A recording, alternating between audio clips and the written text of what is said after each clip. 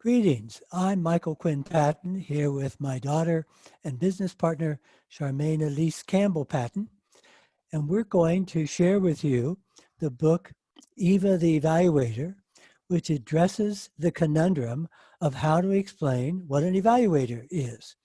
The story unfolds as Eva comes home from school after a day when she has been struggling to explain to her class what an evaluator is.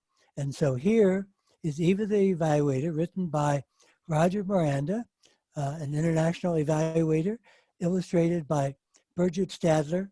And we will take you through the book, and then we're going to go back and tell you some of the secrets and mysteries that are hidden in the book in plain sight. So the book begins with Eva's father saying, "Hi, Eva. How was school today?" Not good. Why? What happened? Mr. Chu made us talk about our parents' jobs. I said Mom was a doctor and that she works in a hospital. When I had to tell them what you do, I didn't know what to say.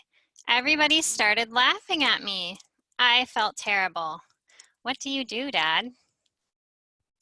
Well, I am an evaluator. An evaluator? What's that? Actually, many people have a hard time understanding what it is. An evaluator looks at things to see if they're working and whether they're doing what they're supposed to do. An evaluator tries to help people. Oh, so you're like a doctor? In a way, evaluators are like doctors, but not really. Instead of trying to fix broken bones, we help people fix the things they work on. Like what kind of things?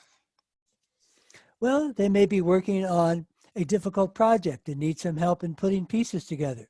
So they call an evaluator to find out how they can do it better. If something is broken, an evaluator can help them fix it.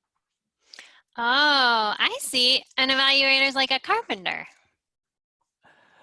In a way, evaluators are like carpenters, but not actually. Instead of using hammers and nails to build things, we talk to people, ask questions, and listen to what they think. So is an evaluator like Dr. Pollitt, our school counselor? She says we can always go and talk to her if we have problems. Yeah, in a way, we are like counselors. We have to understand what people find frustrating and listen to a lot of complaints. We interview people, ask for opinions, and do research so that we can come up with a clear story of what has happened. So you're like a journalist?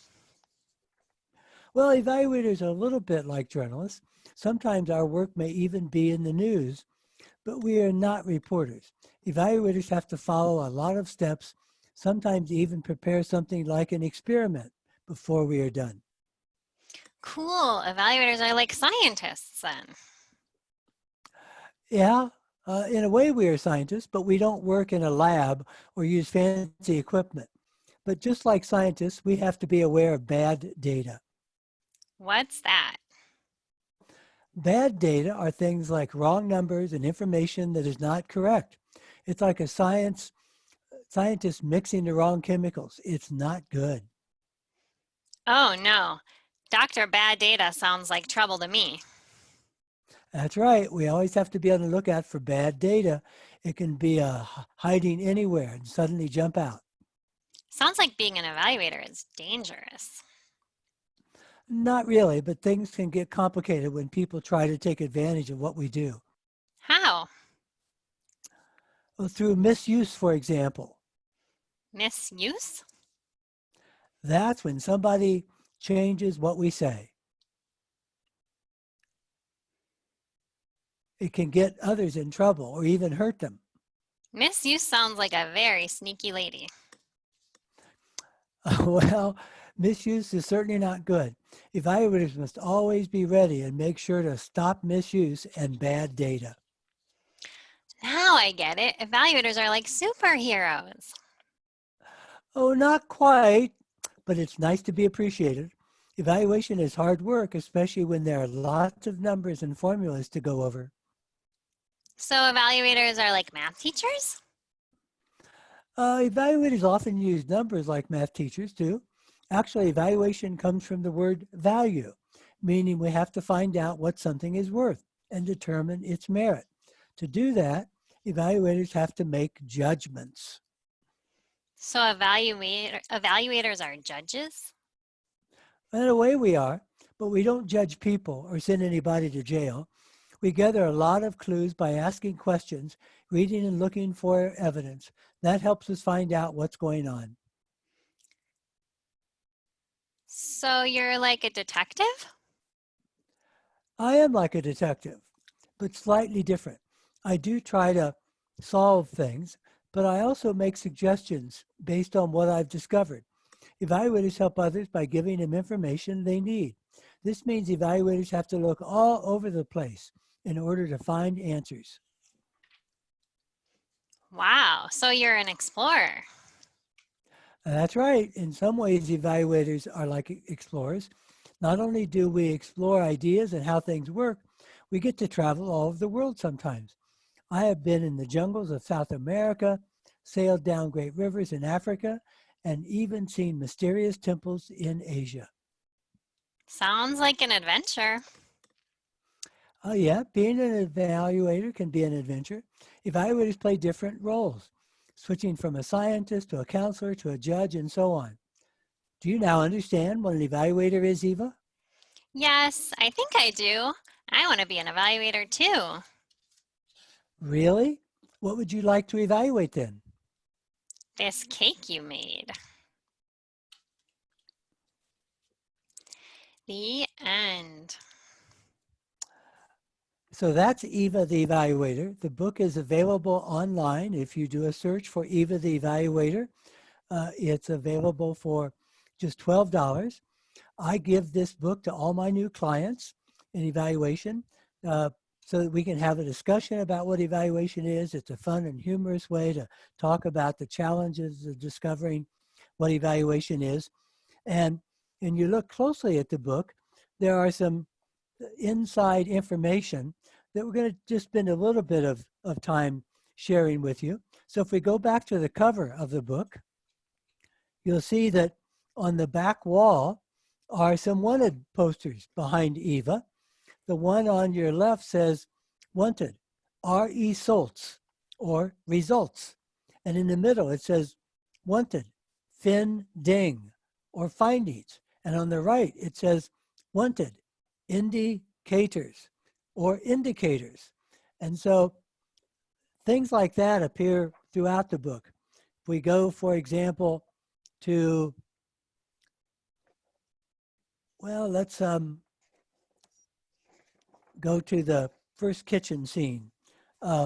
Yes, you can't quite see it very well, but on the back, on the shelf, are Stuffle Beans, which is the name of one of our pioneer evaluators, recipe ideas, and on the milk on the left side is Merit Milk. There you see it, Merit Milk. And the apron that the father is wearing has Use It on the apron. If we skip ahead to the bed scene, you'll see that while they're talking there, in the bottom is a book called Survey Syndrome.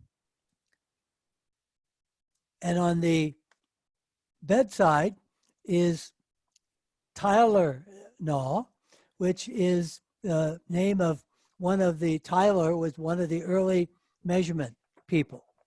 And let's skip ahead to the superheroes.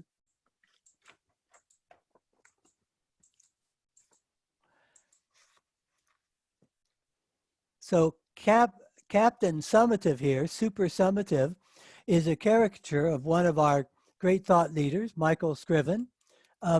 And some people seem to think that Captain Formative looks a bit like who, Charmaine? He looks pretty familiar, but I think we might have to change his name to Captain Blue Marble, because I think that might Well, be Michael Quinn Patton. It could well be. And so if we go to the next page with the judge.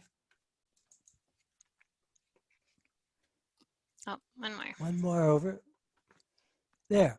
You'll see the books on the judge's desk: accuracy, feasibility, propriety. These are the standards of the profession. On the left, laying down, are books on utility, merit, and worth. And so throughout the story are hidden these kinds of fun background pieces. We'll look at one more piece, the exploration page, where he's been to Africa and Asia and South America, but also Learningham and Accountableville and Improvement Town. So the background, if you look at the book, has a lot of fun allusions to evaluation. It's very creatively done, beautifully illustrated. And during this pandemic, if you're still sheltering in place and have some time to take a look at it, not only with your children, but with clients, with each other, it's a way to get into thinking about what an evaluator is. Charmaine? Yeah, I've read it with my children, and I will say when, growing up with Michael as my dad, I did not know how to explain what an evaluator was, and at times I still struggle. So it's definitely a great book and a lot of fun, and I hope that you enjoy this family story time with us.